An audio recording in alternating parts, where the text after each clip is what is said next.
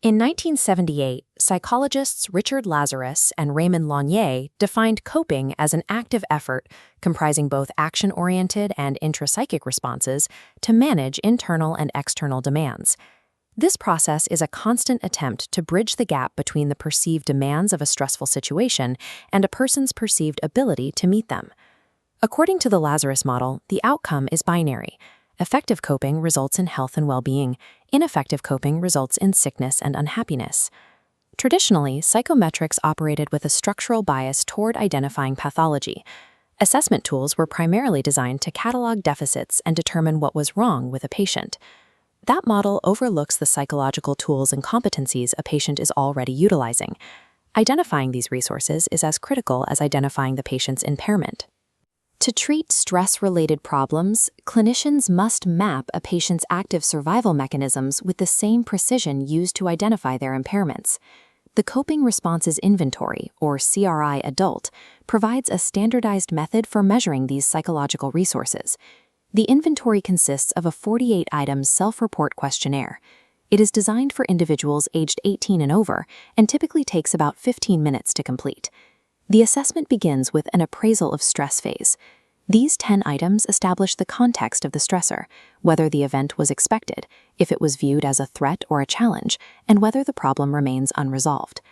The inventory items are designed to quantify specific cognitive and behavioral reactions, transforming personal narrative into a structured set of variables. These variables are synthesized into exactly 8 distinct measurable coping scales. By organizing behavior this way, the CRI functions as a psychometric matrix.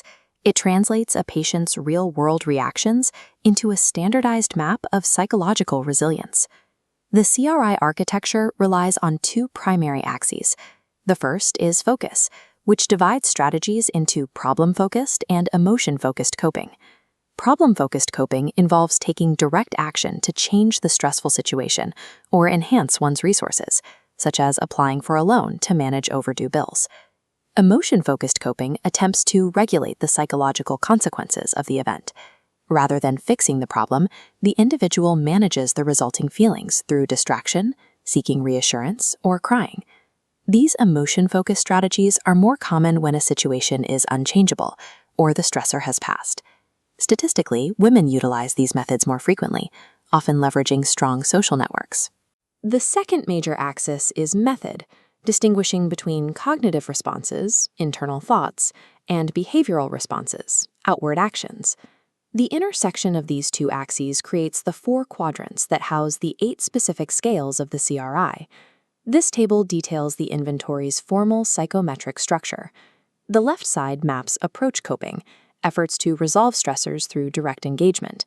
The top left quadrant contains cognitive approach scales, Lidl analysis for mental preparation, and positive reappraisal for restructuring problems positively. High scores in logical analysis are driven by affirmative responses to statements like, think of different ways to deal with the problem, while positive reappraisal uses prompts to see the good side. The bottom left quadrant houses behavioral approach scales, seeking guidance and support, and problem solving, measuring the capacity for direct outward action. Behavioral approach is measured through concrete actions, such as seeking information about the situation or talking with a professional like a doctor or clergy member. Together, these 4 scales measure a patient's capacity to confront a stressor head-on, organizing a defense both within their mind and in their external environment. The right side of the matrix tracks avoidance coping. These are emotion-focused attempts to avoid thinking about a stressor or to manage the heavy affect associated with it. The top right quadrant isolates cognitive avoidance, measuring the refusal to think realistically about a problem, and acceptance or resignation, where the patient reacts by simply accepting that the problem exists.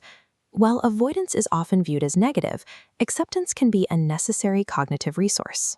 The bottom right quadrant measures behavioral avoidance through seeking alternative rewards, substitute activities, and emotional discharge, reducing tension by expressing negative feelings.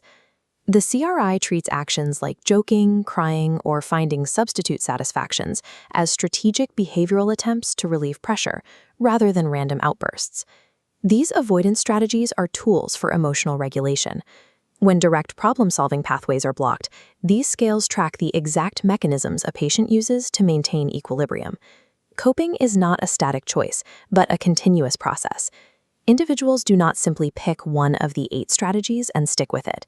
It operates as a feedback loop. An individual attempts a strategy, appraises the environment for feedback, and if the effort is successful, they are likely to repeat it. If a strategy fails, the individual is forced to reappraise the stressor. This pivot leads them to try a new approach or give up entirely. Throughout this loop, approach and avoidance strategies are interdependent. They work together, with one method supplementing the other as the situation evolves. The 8 scales of the CRI do not measure static personality traits. They capture a snapshot of an active, iterating psychological algorithm in motion. To apply this theoretically in a clinical setting, the 48 responses are tallied into raw scores across the 8 scales. These raw scores must be converted into standard T-scores to compare the patient against normative data. A T-score falling between 46 and 54 is considered average. Scores at the extremes, dropping below 34 or rising above 66, indicate coping behaviors that fall considerably outside the norm. These T-scores are plotted onto a profile area on the reverse side of the answer sheet, generating a visual curve of the patient's specific coping profile. Standardizing these scores allows the CRI to function as a clinical tool for tailoring medical and psychiatric interventions to a patient's specific coping profile. These standardized profiles are utilized across diverse populations, from healthy adults in stress workshops to psychiatric patients, substance abuse patients, and those in cardiac rehab. Clinicians use this data to design targeted prevention programs and counseling interventions that leverage a patient's existing strengths. By mapping the architecture of the stress response, the CRI allows clinical psychology to identify and operationalize the exact psychological resources keeping a patient alive.